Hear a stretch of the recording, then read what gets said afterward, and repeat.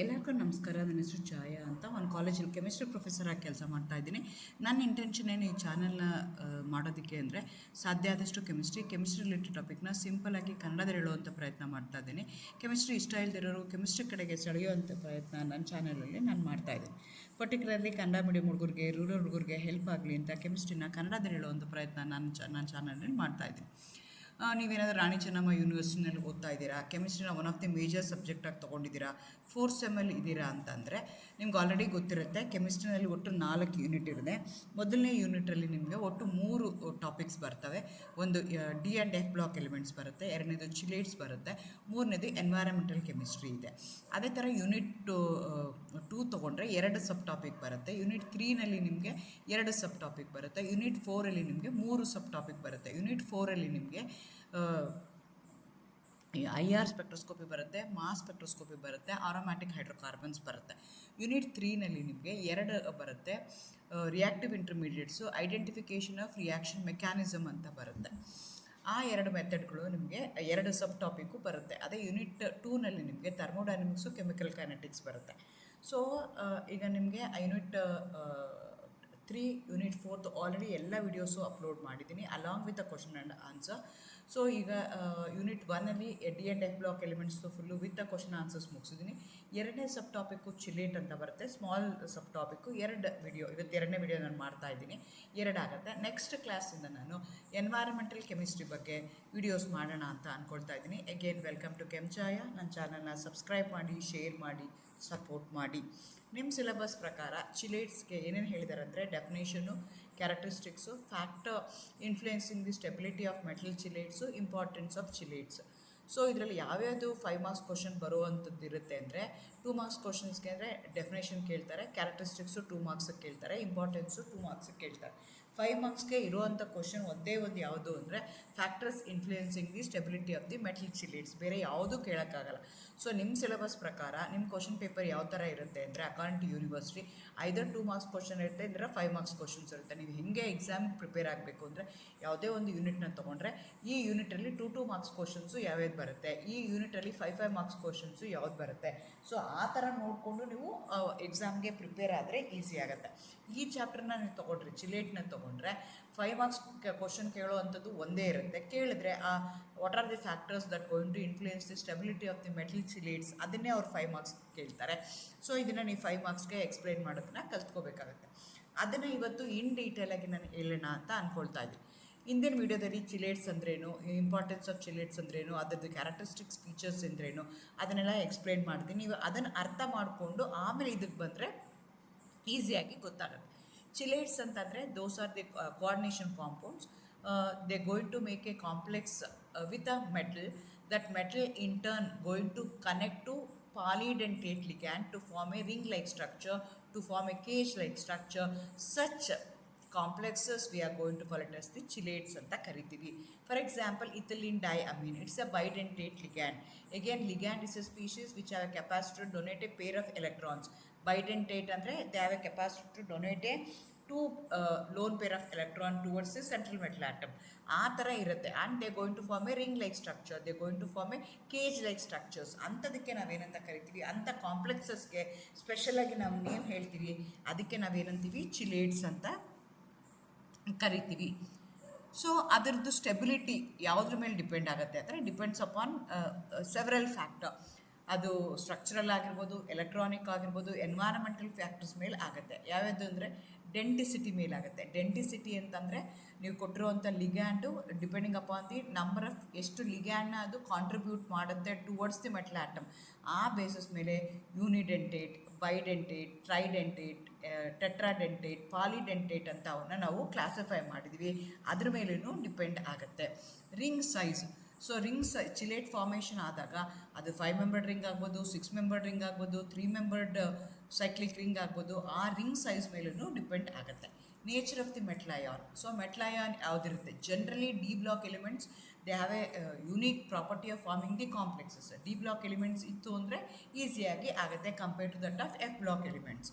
ಅದೇ ಥರ solvent effects. So ಯಾವ ಸಾಲ್ವೆಂಟ್ ಯೂಸ್ ಮಾಡ್ತಾ ಇದ್ದೀವಿ, either we are using the polar solvent or a non polar solvent. Polar solvent ಅಂದರೆ like water, they going to have 2 poles, OH and H+.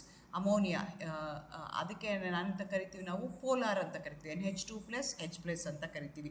So ಇಂಥದಕ್ಕೆ polar ಅಂತೀವಿ. Non polar ಅಂದರೆ benzene ಆಗಿರ್ಬೋದು, CCl4 ಆಗಿರ್ಬೋದು, alcohol ಆಗಿರ್ಬೋದು, ಇದಕ್ಕೆಲ್ಲ ನಾವೇನಂತ ಕರಿತೀವಿ, non polar ಅಂತ ಕರಿತೀವಿ. ಸೊ ನಿಮ್ಮದು ಕಾಂಪ್ಲೆಕ್ಸು ಪೋಲಾರಲ್ಲಿದೆಯಾ ಇದು ಚಿಲೇಟು ಅಥವಾ ನಾನ್ ಪೋಲಾರ್ ಸಾಲ್ವೆಂಟಲ್ಲಿದೆಯಾ ಅದ್ರ ಮೇಲೂ ಡಿಪೆಂಡ್ ಆಗುತ್ತೆ. It also depend on entropic contribution. So chelating effect ಯಾವ ಥರ ಇದೆ ಅಂತ, ಸ್ಟೀರಿಕ್ ಫ್ಯಾಕ್ಟರ್ಸ್ ಮೇಲೆ ಡಿಪೆಂಡ್ ಆಗುತ್ತೆ, ಸೈಜ್ ಯಾವ ಥರ ಇದೆ ಅದ್ರ ಮೇಲೆ ಡಿಪೆಂಡ್ ಆಗುತ್ತೆ, ಎಲೆಕ್ಟ್ರಾನಿಕ್ಸ್ ಫ್ಯಾಕ್ಟರ್ ಮೇಲೆ ಡಿಪೆಂಡ್ ಆಗುತ್ತೆ. ಇದನ್ನೆಲ್ಲನೂ ಒಂದೊಂದಾಗಿ ನಾವು ನೋಡ್ತಾ ಹೋಗೋಣ. Since they going to ask for 5 marks, ಯಾವ್ದಾದ್ರು 5 ನೀವು ಕಂಟಿನ್ಯೂಸ್ ಆಗಿ ಇಂಪಾರ್ಟೆಂಟಾಗಿ ಸಿಂಪಲ್ ಆಗಿರೋವಂಥದ್ದು 5 ಪಾಯಿಂಟ್ ನೀವು ಕರೆಕ್ಟಾಗಿ ಹೇಳಿದ್ರೆ 5 ಮಾರ್ಕ್ಸು ಕೊಡ್ತಾರೆ. ಬರೀ ಡೆಂಟಿಸಿಟಿ ಕೊಡೋಲ್ಲ, ಎಕ್ಸ್ಪ್ಲನೇಷನ್ನು ಕೊಡಬೇಕಾಗತ್ತೆ. ವಿತ್ ಅಟ್ಲೀಸ್ಟ್ 1 ಎಕ್ಸಾಂಪಲ್ ನೀವು ಹೇಳಬೇಕಾಗತ್ತೆ. Denticity of the ligand. ನಾನು ಮುಂಚೆನೇ ಹೇಳ್ದಂಗೆ ಡೆಂಟಿಸಿಟಿ ಅಂದ್ರೇನು, the number of donor atoms in a ligand that can bind to a metal ion is called as denticity. So ಈಗ ಯಾವುದೋ ಒಂದು ಲಿಗ್ಯಾಂಡ್ ಇದೆ, ಆ ಲಿಗ್ಯಾಂಡಲ್ಲಿ how many number of electrons are contributing towards the metal ion, ಅದು ನನಗೆ ಗೊತ್ತಾಗಬೇಕು. The number of donor atoms that is present in a ಲಿಗ್ಯಾಂಡಲ್ಲಿ ಎಷ್ಟು ಡೋನರ್ ಆಟಮ್ಸ್ ಇದೆ, ಅದಕ್ಕೆ ನಾವೇನಂತ ಕರಿತೀವಿ, ಡೆಂಟಿಸಿಟಿ ಅಂತ ಕರಿತೀವಿ. ಹೈಯರ್ ದಿ ಡೆಂಟಿಸಿಟಿ ಅಂದರೆ ಪಾಲಿಡೆಂಟೇಟ್ ಆಗಿತ್ತು ಅಂದರೆ ಬೈಂಡಿಂಗ್ ಏನಾಗುತ್ತೆ, ಸ್ಟ್ರಾಂಗ್ ಆಗುತ್ತೆ. ಬಿಕಾಸ್ ನಿಮ್ಮ ಮೆಟ್ಲಯಾನ್ ಏನಾಗುತ್ತೆ, it will be encapsulated, it will be caged, ಮಧ್ಯದಲ್ಲಿ ಆ ಕಡೆ ಈ ಕಡೆ ಅಲ್ಲಾರ್ದಂಗೆ ಟೈಟಾಗಿ ಮೆಟ್ಲನ್ನ ಅದೇನು ಮಾಡುತ್ತೆ, ಹೆಲ್ಡ್ ಮಾಡ್ಕೊಳ್ಳುತ್ತೆ. ಸ್ಟ್ರಾಂಗರ್ ಬೈಂಡಿಂಗ್ ಇತ್ತು ಅಂದರೆ ಗ್ರೇಟರ್ ಸ್ಟೆಬಿಲಿಟಿ ಆಗುತ್ತೆ. ಫಾರ್ ಎಕ್ಸಾಂಪಲ್ EDTA ಇದೆ ಅಂತ ಇಟ್ಕೊಳ್ಳೋಣ. EDTA ಕಾಂಪ್ಲೆಕ್ಸಸ್ ಏನು ಮಾಡುತ್ತೆ, EDTA is a hexadentate, 6 donor atoms are present in a ligand. ಹಂಗಾಗಿ 6 ಲೋನ್ ಪೇರ್ ಆಫ್ ಎಲೆಕ್ಟ್ರಾನ್ಸು ಕೊಡುತ್ತೆ. ಹಂಗಾಗಿ ಏನಾಗುತ್ತೆ, ಅದು ಟೈಟಾಗಿ ಎನ್ಕ್ಯಾಪ್ಸುಲೇಷನ್ ಆಗುತ್ತೆ compared to that of ethylene complexes. Ethylene ಕಾಂಪ್ಲೆಕ್ಸಸಲ್ಲಿ ಏನಾಗುತ್ತೆ, ಇಟ್ಸ್ ಎ ಬೈಡೆಂಟೇಟ್, ಎರಡೇ ಕೊಡ್ತವೆ. ಹಾಗಾಗಿ ಏನಾಗುತ್ತೆ ಅಂದರೆ ಇದ್ರ ಕಾಂಪ್ಲೆಕ್ಸ್ ಕಂಪೇರ್ ಮಾಡಿದ್ರೆ EDTA ಕಾಂಪ್ಲೆಕ್ಸ್ ಏನಾಗಿರುತ್ತೆ, ಸ್ಟ್ರಾಂಗ್ ಆಗಿರುತ್ತೆ, ಸ್ಟೆಬಿಲಿಟಿ ಜಾಸ್ತಿ ಇರುತ್ತೆ. ಸೊ ಡೆಂಟಿಸಿಟಿ ಆಫ್ ದಿ ಲಿಗ್ಯಾಂಡ್ ಏನು ಮಾಡುತ್ತೆ ಅಂದರೆ, ಮಾನೋಡೆಂಟೇಟ್ ಲಿಗ್ಯಾಂಡ್ಸ್ ಇತ್ತು ಅಂದರೆ ವೀಕರ್ ಆಗುತ್ತೆ, ಪಾಲಿಡೆಂಟೇಟ್ ಲಿಗ್ಯಾಂಡ್ ಇತ್ತು ಅಂದರೆ ಸ್ಟ್ರಾಂಗರ್ ಕಾಂಪ್ಲೆಕ್ಸ್ ಫಾರ್ಮೇಷನು ನಿಮಗೆ ಆಗ್ತಾ ಹೋಗುತ್ತೆ. Again ring size. So complex formation ಆದಮೇಲೆ, ಚಿಲೇಟ್ ಫಾರ್ಮೇಷನ್ ಆದಮೇಲೆ ಅದು ಎಷ್ಟು ಮೆಂಬರ್ಡ್ ರಿಂಗ್ ಫಾರ್ಮೇಷನ್ ಆಗ್ತಾ ಇದೆ ಅನ್ನೋದ್ರ ಮೇಲೆ ಡಿಪೆಂಡ್ ಆಗುತ್ತೆ. ಸೊ 3 ಮೆಂಬರ್ಡ್ ಆಗ್ಬೋದು, 4 ಮೆಂಬರ್ಡ್ ಆಗ್ಬೋದು, 5 ಮೆಂಬರ್ಡ್ ಆಗ್ಬೋದು, 6 ಮೆಂಬರ್ಡ್ ಆಗ್ಬೋದು. ಹೈಯರ್ ದಿ ರಿಂಗ್ ಸೈಜ್ ಜಾಸ್ತಿ ಆದಂಗೆ ಸ್ಟ್ರೈನ್ ಏನಾಗ್ತಾ ಹೋಗುತ್ತೆ, ಕಡಿಮೆ ಆಗುತ್ತೆ. 5 to 6 membered rings are most stable due to minimal stress ಕಡಿಮೆ ಇರುತ್ತೆ. ಈಗ 3 membered ರಿಂಗ್ ಇದ್ರೂ ಅನ್ಸ್ಟೇಬಲ್ ಆಗುತ್ತೆ, 4 membered ರಿಂಗ್ ಇದ್ರೂ ಅನ್ಸ್ಟೇಬಲ್ ಆಗುತ್ತೆ, ಅಥವಾ ತುಂಬ ದೊಡ್ಡದಿತ್ತು 7 ಅದಕ್ಕಿಂತ ಜಾಸ್ತಿ ಇತ್ತು ಅಂದ್ರೂ ಸ್ಟೆಬಿಲಿಟಿ ಡಿಕ್ರೀಸ್ ಆಗುತ್ತೆ. ಸ್ಟೆಬಿಲಿಟಿ 5 and 6 membered ರಿಂಗ್ಸ್ ಇತ್ತು ಅಂದರೆ ಮೋಸ್ಟ್ ಸ್ಟೇಬಲ್ ಆಗಿ ಚಿಲೇಟ್ ಫಾರ್ಮೇಷನ್ ಆಗುತ್ತೆ. Nature of the metal ion, ನಾನು ಮುಂಚೆನೇ ಹೇಳ್ದಂಗೆ ಯಾವ ಮೆಟಲ್ ಅಯಾನ್ ಇದೆ ಅನ್ನೋದ್ರ ಮೇಲೂ ಡಿಪೆಂಡ್ ಆಗುತ್ತೆ. ಜನರಲಿ ಡಿ ಬ್ಲಾಕ್ ಎಲಿಮೆಂಟ್ಸ್ ಇತ್ತು ಅಂತಂದರೆ ಅವು ಯೂಸ್ ಮಾಡ್ಕೊಳ್ಳೋಕ್ಕೆ ನಾವು ಇದು ಮಾಡ್ತೀವಿ.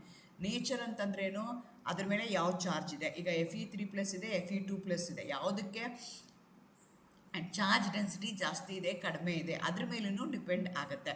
Fe3+ ಅಂದರೆ ಸೈಜು ಚಿಕ್ಕದಿರುತ್ತೆ Fe2+ಗೆ ಕಂಪೇರ್ ಮಾಡಿದ್ರೆ. ಈಗ Fe3+ ಮತ್ತು Fe2+ನ ನೀವು ಕಂಪೇರ್ ಮಾಡಿದ್ರೆ ನಿಮ್ಗೆ ಗೊತ್ತು, cations always going to have smaller size than that of the ion. Feಗಿನ ಕಂಪೇರ್ ಮಾಡಿದ್ರೆ Fe2+ ಸೈಜ್ ಚಿಕ್ಕದಾಗಿ, Fe3+ ಅಂದರೆ ಇನ್ನೂ ಸೈಜು ಚಿಕ್ಕದಾಗತ್ತೆ. Smaller the ion with a suitable orbital availability form a strong bonds. So transition metal often form a more stable chelates due to variable oxidation state and d orbital participation. So metal ion ಯಾವಾಗ್ಲೂ D block ಇರಬೇಕು, size ಚಿಕ್ಕದಿರಬೇಕು. ಅಂಥದ್ದು ಏನಾಗುತ್ತೆ, they going to form more stable. For example Fe3+ ಇದೆ, charge ಏನಾಗ್ತಿದೆ, higher charge ಇದೆ, size ಏನಾಗ್ತಿದೆ, ಚಿಕ್ಕದಾಗ್ತಿದೆ. ಹಂಗಾಗಿ they going to form more stable complex compared to that of Na+. Size ದೊಡ್ಡದಿದೆ, ಹಾಗಾಗಿ less stable. It doesn't make a complex at all. Particularly d block ಎಲಿಮೆಂಟ್ಸನ್ನೇ ಆಗ್ತಾ ಹೋಗ್ತವೆ. ಸಾಲ್ವೆಂಟ್ ಎಫೆಕ್ಟ್ಸ್ ನಾನು ಹೇಳ್ದಂಗೆ ಪೋಲಾರ್ ಸಾಲ್ವೆಂಟ್ ಇರ್ಬೋದು, ನಾನ್ ಪೋಲಾರ್ ಸಾಲ್ವೆಂಟ್ ಇರ್ಬೋದು. Polar solvent ಅಂದರೆ ಏನು, it going to have 2 poles in them. Water ಇರ್ಬೋದು, ಅಮೋನಿಯಾ ಇರ್ಬೋದು, ಇದಕ್ಕೆಲ್ಲ ನಾವೇನಂತ ಕರಿತೀವಿ, ಪೋಲಾರ್ ಸಾಲ್ವೆಂಟ್ ಅಂತ ಕರಿತೀವಿ. ನಾನ್ ಪೋಲಾರ್ ಸಾಲ್ವೆಂಟ್ ಅಂದ್ರೇನು, ಅದಕ್ಕೆ ಪೋಲ್ಸೇ ಇರೋದಿಲ್ಲ. ಆರ್ಗ್ಯಾನಿಕ್ ಸಾಲ್ವೆಂಟ್ಸ್ನ ನಾವು ನಾನ್ ಪೋಲಾರ್ ಸಾಲ್ವೆಂಟ್ ಅಂತ ಕರಿತೀವಿ. ಪೋಲಾರ್ ಸಾಲ್ವೆಂಟ್ ಏನು ಮಾಡುತ್ತೆ, ಸ್ಟೆಬಿಲೈಸಸ್ ದಿ ಕಾಂಪ್ಲೆಕ್ಸ್ ಬೆಟರ್. ಅದನ್ನು ಸ್ಟೆಬಿಲೈಸ್ ಮಾಡೋದಕ್ಕೆ ಈಸಿ ಆಗುತ್ತೆ ಅಂಥದಕ್ಕೆ ಸಾಲ್ವೆಂಟ್ ಎಫೆಕ್ಟ್ ಅಂತ ಕರಿತೀವಿ. ಆದರೆ ಕೆಲವೊಂದು ಸಲ ಏನಾಗ್ಬೋದು ಅಂದರೆ ಆ solvent molecules, for example water can also used as a ligand, so that may compete with a ligand for coordinations and influencing the stability. ಅದ್ರ ಮೇಲೂ ನನಗೆ ಡಿಪೆಂಡ್ ಆಗುತ್ತೆ. ನಾನ್ ಪೋಲಾರ್ ಸಾಲ್ವೆಂಟ್ ಇತ್ತು ಅಂದರೆ ಲೆಸ್ ಸ್ಟೆಬಿಲೈಸಿಂಗ್, ಬಟ್ ಕಾಂಪಿಟೇಟಿವ್ ಆಗುವಂಥದ್ದು ಕಡಿಮೆ ಇರುತ್ತೆ. ಆದರೆ ಪೋಲಾರ್ ಸಾಲ್ವೆಂಟ್ನ ತೊಗೊಂಡ್ರೆ ಅಡ್ವಾಂಟೇಜು ಇದೆ, ಡಿಸ್ಅಡ್ವಾಂಟೇಜ್ ಇದೆ. ಅಡ್ವಾಂಟೇಜ್ ಏನು ಅಂದರೆ it going to stabilise the complexes better. Disadvantage ಏನಂದರೆ that may compete as one of the ligand, ಅದನ್ನು ಆಗ್ಬೋದು. ನೆಕ್ಸ್ಟು ಎಂಟ್ರೋಪಿ ಕಾಂಟ್ರಿಬ್ಯೂಷನ್, ಅದಕ್ಕೆ ಚಿಲೇಟಿಂಗ್ ಎಫೆಕ್ಟ್ ಅಂತಲೂ ಕರೀತಾರೆ. When one polydentate ligand replaces multiple monodentate ligand, the number of free particle increases, entropy rises, stability improves ಅಂತ ಹೇಳ್ತೀವಿ. So for example ಈಗ CuEn twice ಇದೆ ಅಂತ ಇಟ್ಕೊಂಡು, En ಏನಿದೆ ethylene diamino, it's a bidentate ligand ಇದೆ. ಅದೇ ಅಮೋನಿಯಾ ತೊಗೊಂಡ್ರೆ ಅದೇನಾಗುತ್ತೆ ಮಾನೋಡೆಂಟೇಟ್ ಇದೆ. ಆದರೆ ಅಮೋನಿಯಾ ಎಷ್ಟಿದೆ 4ರಿಂದ ನಾವು ರೀಪ್ಲೇಸ್ ಮಾಡ್ತಾ ಇದ್ದೀವಿ. 4 ಲಿಗ್ಯಾಂಡ್ ಇದೆ. ಇಲ್ಲೇನಾಗಿದೆ En 2 ಲಿಗ್ಯಾಂಡ್ ಇದೆ. ಸೊ 2 ಲಿಗ್ಯಾಂಡ್ ಇದ್ರೂ ಕಾಂಟ್ರಿಬ್ಯೂಷನ್ ಮಾಡುವಂಥದ್ದು number of lone pair of electrons ಜಾಸ್ತಿ ಆಗ್ತಾ ಇದೆ Enನಲ್ಲಿ. ಹಾಗಾಗಿ En complex is more stable than ammonia complexes. So ಇಲ್ಲಿ ನೋಡಿ ಈಗ 4 ಮಾನೋಡೆಂಟೇಟ್ ಲಿಗ್ಯಾಂಡ್ ಲೆಸ್ ಸ್ಟೇಬಲ್ ಇದೆ, ಚಿಲೇಟಿಂಗ್ ಕಾಂಪ್ಲೆಕ್ಸು ಮೋರ್ ಸ್ಟೇಬಲ್ ಆಗುತ್ತೆ. ಸೊ ಅಂದರೆ ಪಾಲಿಡೆಂಟೇಟ್ ಇತ್ತು ಅಂತ ಇಟ್ಕೊಳ್ಳ, ಮೋರ್ ದ್ಯಾನ್ 1 ಇತ್ತು ಅಂದಾಗ ನಿಮಗೆ ಚಿಲೇಟು ಫಾರ್ಮೇಷನ್ ಈಸಿ ಆಗುತ್ತೆ compared to that of the monodentate ligand. Steric factors ಅಂತಲೂ ಕನ್ಸಿಡರ್ ಮಾಡ್ತೀವಿ. ಇದಕ್ಕೆ ಸ್ಟೀರಿಕ್ ಫ್ಯಾಕ್ಟರ್ಸ್ ಅಂದರೆ ಕ್ರೌಡಿಂಗ್ ಹೆಂಗಿದೆ. Bulkier ligands may hinder the proper coordination, reducing the stability. Flexibility ligands can wrap around the metal more easily, enhancing the stability. So ನೋಡ್ಕೋಬೇಕು, bulkier ಇತ್ತು ಅಂತಂದರೆ so complex ಮಾಡೋ ಅಂಥದಕ್ಕೆ ಕಷ್ಟ ಆಗುತ್ತೆ, because of the steric, because of the space ಕನ್ಸ್ಟ್ರೈನ್ಗೆ. ಅದೇ ಏನಾಗುತ್ತೆ ಸ್ಮಾಲ್ ಲಿಗ್ಯಾಂಡ್ ಇತ್ತು ಅಂತಂದರೆ ಅವಾಗ ಏನಾಗುತ್ತೆ ಪ್ರಾಪರಾಗಿ ಅದು ಬೈಂಡ್ ಆಗೋಕ್ಕೆ ಸಾಧ್ಯ ಆಗುತ್ತೆ. ಸೊ ಹಾಗಾಗಿ ಆ ಬಲ್ಕಿಯರ್ ಗ್ರೂಪ್ ಏನಾದರೂ ಇತ್ತು ಅಂತಂದರೆ ಸ್ಟೆಬಿಲಿಟಿ ಏನಾಗುತ್ತೆ ಕಡಿಮೆ ಆಗುತ್ತೆ, ಹಿಂಡರ್ ಆಗುತ್ತೆ. ಸ್ಮಾಲರ್ ಗ್ರೂಪ್ ಇತ್ತು ಅಂತಂದರೆ ಆವಾಗ ಸ್ಟೆಬಿಲಿಟಿ ಇನ್ಕ್ರೀಸ್ ಆಗುತ್ತೆ. ಅದೇ ಥರ ಎಲೆಕ್ಟ್ರಾನಿಕ್ ಫ್ಯಾಕ್ಟರ್ ಅಂತಂದರೆ ರೆಸೊನೆನ್ಸ್ ಆಗಿರ್ಬೋದು, ಡಿಲೋಕಲೈಸೇಷನ್ ಆಗಿರ್ಬೋದು, ಬ್ಯಾಕ್ ಬಾಂಡಿಂಗ್ ಆಗಿರ್ಬೋದು. ಸೊ ಈಗ ಫಾರ್ ಎಕ್ಸಾಂಪಲ್ ನಾವು ಇದಕ್ಕೆ ಬಯಾಲಜಿಕಲ್ ಚಿಲೇಟಿಂಗ್ ಕಾಂಪ್ಲೆಕ್ಸಸ್ನ ಕನ್ಸಿಡರ್ ಮಾಡಿದ್ರೆ B12 ಆಗಿರ್ಬೋದು ಅಥವಾ ಹಿಮೋಗ್ಲೋಬಿನ್ ಆಗಿರ್ಬೋದು, ಅವೆಲ್ಲ ಏನಾಗ್ತಾರೆ ಪರ್ಫರಿನ್ಸ್ ಮಧ್ಯದಲ್ಲಿ ಸಿಕ್ಕಾಕೊಂಡಿರ್ತವೆ. Porphyrins going to act as a ligand. So ಅವೇನು ಆಗ್ತವೆ ಅಂದರೆ they may have the delocalisation or resonance, ಅವು ಒಳಗಡೆ ವಿತಿನ್ ಆಗ್ಬೋದು. So that also going to stabilise chelate strongly. So stability ligand stabilise ಆಯಿತು ಅಂದರೆ, ಡಿಲೋಕಲೈಸ್ಡ್ ಎಲೆಕ್ಟ್ರಾನ್ಸ್ ಇತ್ತು ಅಂತಂದರೆ ಅವಾಗ ಏನಾಗುತ್ತೆ ನಿಮ್ಮದು chelating formation of the chelate ಫಾಸ್ಟಾಗಿ ಆಗುತ್ತೆ, ಸ್ಟ್ರಾಂಗ್ ಆಗುತ್ತೆ. That going to stabilises chelate strongly. ಕೆಲವೊಂದು ಸಲ ಬ್ಯಾಕ್ ಬಾಂಡಿಂಗ್ ಆಗ್ತವೆ. ಕೆಲವೊಂದು ಸಲ ಯೂಶಲಿ ಏನಾಗುತ್ತೆ some ligand stabilise metals through back bonding interactions also, ಆ ಥರದ್ದು ಆಗ್ಬೋದು. So these are the factors that going to influence the stability. ಈ ಒಂದು denticity, higher the denticity stronger the chelating. Ring size 5 and 6 are more suitable. ಅದಕ್ಕಿಂತ ಕಡಿಮೆ ಆದರೂ unstable ಆಗುತ್ತೆ, ಅದಕ್ಕಿಂತ ಜಾಸ್ತಿ ಆದರೂ ಅನ್ಸ್ಟೇಬಲ್ ಆಗುತ್ತೆ. ಮೆಟಲ್ ಅಯಾನ್ ನೇಚರ್ ಹೆಂಗಿರಬೇಕು, ಚಾರ್ಜ್ ಡೆನ್ಸಿಟಿ ಜಾಸ್ತಿ ಇರಬೇಕು, ಸೂಟಬಲ್ ಸೈಜ್ ಇರಬೇಕು, ಆವಾಗ ಅದು ಸ್ಟೇಬಲ್ ಚಿಲೇಟಿಂಗ್ ಫಾರ್ಮೇಷನ್ ಮಾಡುತ್ತೆ. Polar solvents stabilises charger complexes. Next more free particle, higher stability. Steric factors ಅಂದರೆ bulkier ligands reduce the stability. Electronic resonance delocalisation, back bonding enhances the stability. So ಈ ರೀತಿಯಾಗಿ ಈಗ chelating complexes formation ಆಗಬೇಕಾದ್ರೆ stable ಆಗಬೇಕು ಅಂದರೆ these are the parameter which going to decide. ಮತ್ತು ಎಲ್ಲನೂ ಕನ್ಸಾಲ್ಟ್ರೇಟ್ ಮಾಡೋದಾದರೆ denticity of the ligand. Monodentate ligand weaker complex formation ಮಾಡುತ್ತೆ compared to that of polydentate ligand. ಯಾವುದು polydentate ligand increases the stability of the metal complexes. Ring size 5 and 6 member is suitable. ಅದೇ ಥರ nature of the metal ಏನಾಗಿರಬೇಕು, size ಚಿಕ್ಕದಿರಬೇಕು, charge density ಜಾಸ್ತಿ ಇರಬೇಕು. ಅಂಥವು ಏನು ಮಾಡ್ತವೆ ಅಂದರೆ they form the stable complexes. Polar solvent stabilises the chelate. ಅದೇ ಥರ monodentate ligands 4 monodentate ligand with 1 chelating complex ಇತ್ತು ಅಂದರೆ so ligand monodentate ligands will going to contribute less compared to that of the chelating or polydentate ligand. ಆ ಥರದಕ್ಕೆ ನಾವು entropy effect ಅಂತೀವಿ ಅಥವಾ chelate effect ಅಂತ ಕರಿತೀವಿ. ಅದೇ ಥರ stearic factors, the size of the metal ion. So bulkier ligands ಇತ್ತು ಅಂತಂದರೆ it cannot bind properly, lower stability. So higher stability ಬೇಕು ಅಂದರೆ ಲಿಗ್ಯಾಂಡ್ ಏನಾಗಿರಬೇಕು, ಸ್ಮಾಲ್ ಸೈಜಲ್ಲಿ ಇರಬೇಕು. These are the factors which going to influence the stability of the metal chelates. Thank you. If you have any questions, you can comment below, like, share and subscribe for more such organic videos. Next, I am going to explain about question and answers on chelating complexes. Thank you. Good luck.